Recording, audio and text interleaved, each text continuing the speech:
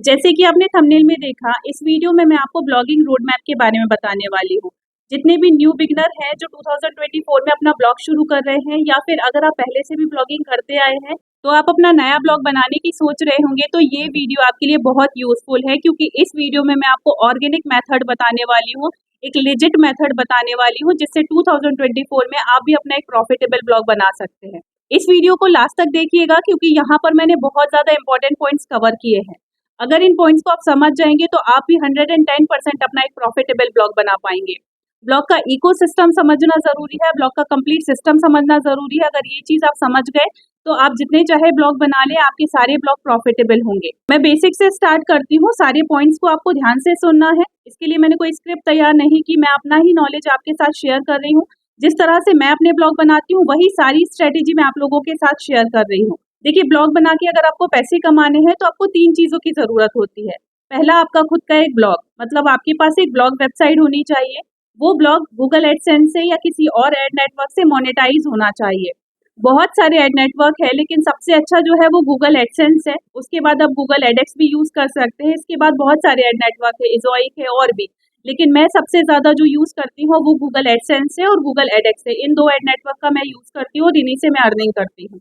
तो आपको क्या करना है, आपके पास एक ब्लॉग वेबसाइट होना चाहिए, आपका ब्लॉग गूगल एडसेंस या फिर गूगल एडएक्स से मोनेटाइज होना चाहिए और उसके उसके बाद आपके ब्लॉग पे ट्रैफिक होना चाहिए। जितने ज़्यादा ऑडियंस आपके ब्लॉग में विजिट करेंगे उतनी ज़्यादा अर्निंग आपको होगी।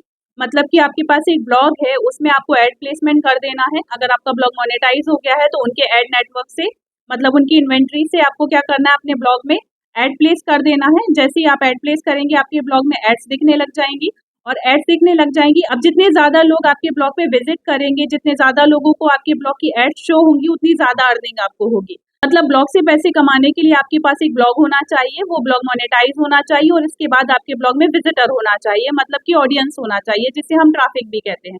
अगर आपके ब्लॉग पे ट्रैफिक है और आपका ब्लॉग मोनेटाइज है तो आप बहुत सारा पैसा कमाएंगे। अब ये 3 स्टेप कैसे पूरे करने हैं, कैसे ब्लॉग से पैसे कमाना है, वो मैं आपको बताती हूँ। देखिए, ब्लॉग बनाने के लिए आपको जरूरत होती है एक निश की। आप ऐसी निश को चूज करें जिसमें लोगों का इंटरेस्ट है, जो लेटेस्ट है, जो ट्रेंडिंग है या फिर जो अपकमिंग्स है। मतलब अपकमिंग में भी बहुत सारे टॉपिक्स उसमें हैं। इससे क्या होगा, आपके पास ऑडियंस की कमी नहीं होगी।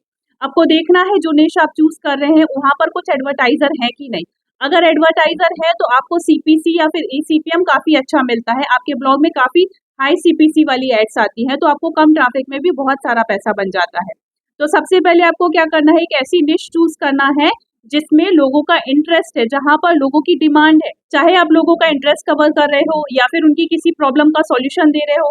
देखिए, अगर आप लोगों की किसी प्रॉब्लम का सॉल्यूशन दे रहे हो ना, वहां पर भी बहुत क्राउड है। जैसे कि आपने देखा होगा मेक मनी निश इतनी पॉपुलर क्यों है, क्यों लोग इतना काम करते हैं मेक मनी में। शेयर मार्केट, क्रिप्टो करेंसी, क्यों लोग इतना काम करते हैं, क्योंकि पैसों की आजकल सबको जरूरत है। हर इंसान एक अलग सोर्स बनाने की सोचता है, हर इंसान सोचता है कुछ एक्स्ट्रा इनकम जनरेट कर सके अपनी लाइफ की सर्वाइवल के लिए। अगर आप लोगों को पैसा कमाना सिखा रहे हो तो वो निश बहुत ज्यादा प्रॉफिटेबल है, इसलिए मेक मनी निश काफी प्रॉफिटेबल हुई। बट आपको मेक मनी पे ब्लॉग नहीं बनाना क्योंकि ये ऑलरेडी कॉम्पिटेटिव। आपको एक ऐसी निश चूज करना है जिसमें काफी लोगों का इंटरेस्ट है। आपने देखा है कार में लोगों का बहुत इंटरेस्ट होता है, मूवीज है ना, मोबाइल्स, इन पे लोगों का बहुत इंटरेस्ट होता है। सरकारी योजना, जॉब्स, एंटरटेनमेंट, इनमें लोगों का बहुत इंटरेस्ट होता है। जहाँ पर लोग हैं, जहाँ पर भीड़ है, वहां पर आपको डेफिनेटली ट्रैफिक मिलेगा। अगर आपके ब्लॉग में ट्रैफिक है ना तो आपका ब्लॉग मोनेटाइज है तो आप अर्निंग कर पाओगे।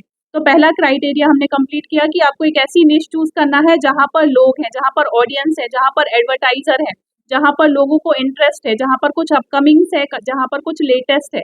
इन सारे क्राइटेरिया को मिला के प्लस आपका जहाँ पर इंटरेस्ट है ना, आपका कुछ नॉलेज है, आपका कुछ एक्सपीरियंस है, अगर ये सारे क्राइटेरिया फुलफिल होते हैं तो वहां पर आपको एक निश चूज कर लेना है। अब आपको क्या करना है, जब आपका निश फाइनल हो जाए तो उस निश पे आपको एक डोमेन बुक करना है और अपना एक ब्लॉग सेटअप कर लेना है। ब्लॉग सेटअप करने के बाद आप क्या करेंगे, आपको अपनी निश में सबसे अच्छा कीवर्ड देखना है, ऐसा कीवर्ड जिस पर गूगल पर ज्यादा इन्फॉर्मेशन नहीं है या फिर कुछ लेटेस्ट या फिर कुछ ट्रेंडिंग। आपको 3 तरह के कीवर्ड कवर करना है। कुछ एवरग्रीन कीवर्ड जो हमेशा से जिनकी सर्चेस है लेकिन उन पर ज्यादा लोगों ने नहीं लिखा, जो काफी वैल्यूएबल कीवर्ड्स है, काफी वैल्यूएबल टॉपिक है, लेकिन ज्यादा अच्छे से उस कीवर्ड पर आर्टिकल पब्लिश नहीं किए गए, तो इसे हम बोलते हैं यूनिक, है ना। ऐसे कुछ यूनिक कीवर्ड्स आपको निकालने हैं। आप चाहे तो गूगल ट्रेंड का यूज करें, ट्विटर का यूज करें, यूट्यूब देख ले, यूट्यूब पे बहुत ट्रेंडिंग चीजें मिल जाती हैं। आपने जो निश चूज की है ना, उससे आपको समझना है कि आपकी ऑडियंस क्या चाहती है। जो आपकी ऑडियंस चाहती है उस हिसाब से आपको कंटेंट क्रिएट करना है। अब जब आप कंटेंट क्रिएट करते हैं तो एक टॉपिक लिया, उसको कंप्लीट कर दिया, फिर आप दूसरे टॉपिक पे चले गए। ये गलती आजकल बहुत सारे लोग कर रहे हैं। मैंने कई ब्लॉग को देखा है जो अलग-अलग टॉपिक पे आर्टिकल लिखते हैं, जिससे वो अथॉरिटी ही नहीं बना पाते। तो आपको क्या करना है कि जब आप अपना निश फाइनल करके डोमेन सेटअप कर लेना, जो पहला टॉपिक आप चूज़ करें, उस टॉपिक को कंप्लीट करें। चाहे आप उससे 2 से 3 आर्टिकल क्यों ना बना लें, लेकिन आपको उस टॉपिक को कंप्लीट करना है और उसके बाद ही आपको दूसरे टॉपिक पे मूव ऑन करना है। लेकिन जो दूसरा टॉपिक होगा वो भी उससे रिलेटेड ही होगा। आपको आपकी निश से बाहर जाके काम नहीं करना है। आपकी ऑडियंस टारगेटेड है, आपकी ऑडियंस को जो चाहिए आपको उसी से रिलेटेड आर्टिकल पब्लिश करना है। फॉर एग्जाम्पल मैं बता देती हूँ, जैसे कि अगर मेरा निश है ब्लॉगिंग, ठीक है? मैं लोगों को ब्लॉग बनाना सिखाती हूँ, तो मैं सिखाऊंगी ब्लॉग क्या है। अब ब्लॉग क्या है तो मेरा दूसरा टॉपिक हो सकता है डोमेन क्या है, उसके बाद मैं बता सकती हूँ निश क्या है, उसके बाद मैं होस्टिंग बता सकती हूँ। क्योंकि जो ब्लॉगिंग करने आया है उसे डोमेन के बारे में भी इंफॉर्मेशन चाहिए, निश के बारे में भी, होस्टिंग के बारे में, ब्लॉग के बारे में भी, कीवर्ड रिसर्च के बारे में, मतलब ब्लॉगिंग से रिलेटेड ऑल अराउंड मैं सारे कीवर्ड्स को कवर करूंगी। ऐसे ही आपका जो भी निश है, जो भी निश आपने चूज किया है, उस निश पे आपको देखना है कि कितनी रिक्वायरमेंट है, क्या क्या आपकी ऑडियंस जानना चाहती है, वो सारी इन्फॉर्मेशन आपको अपने ब्लॉग में लिखनी है। और याद रखिए आपको वैल्यूएबल इन्फॉर्मेशन प्रोवाइड करनी है। As a user point of view पे सोचे कि जो आर्टिकल आपने लिखा है वो आपके यूजर के लिए वैल्यूएबल है या नहीं है। आपको कम से कम 1000, 1200, 2000 वर्ड के आर्टिकल पब्लिश करने हैं। बट अगर कोई कीवर्ड 600 वर्ड में कंप्लीट हो जाता है तो उसे 600 वर्ड में ही रखना है। आपको अननेसेसरी वर्ड नहीं काउंट करने हैं और अननेसेसरी वर्ड नहीं बढ़ाने हैं। आपको अपने टाइम की वैल्यू है, आपको दूसरों के टाइम की भी वैल्यू करनी है।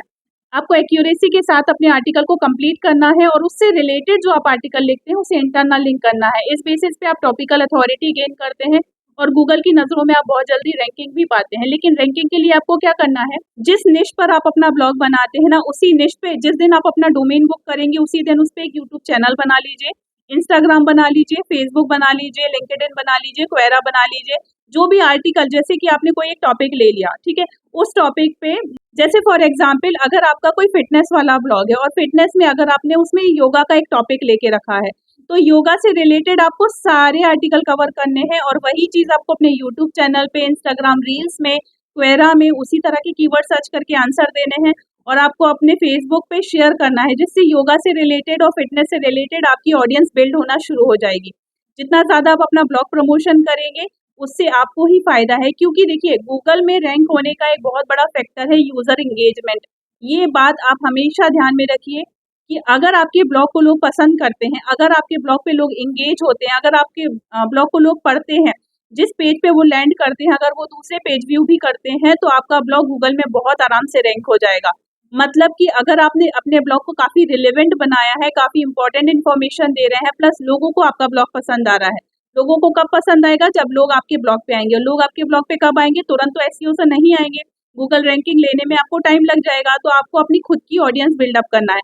आपकी खुद की ऑडियंस रहेगी, तो आपके ब्लॉग पे लोग एंगेज होंगे और गूगल भी देखेगा कि लोगों को ये ब्लॉग पसंद आ रहा है, मतलब यहाँ पर रिलेवेंट इन्फॉर्मेशन है, और आपकी ब्लॉग की रैंकिंग भी अप होगी और काफ़ी कीवर्ड जो है ना वो गूगल में रैंक होंगे।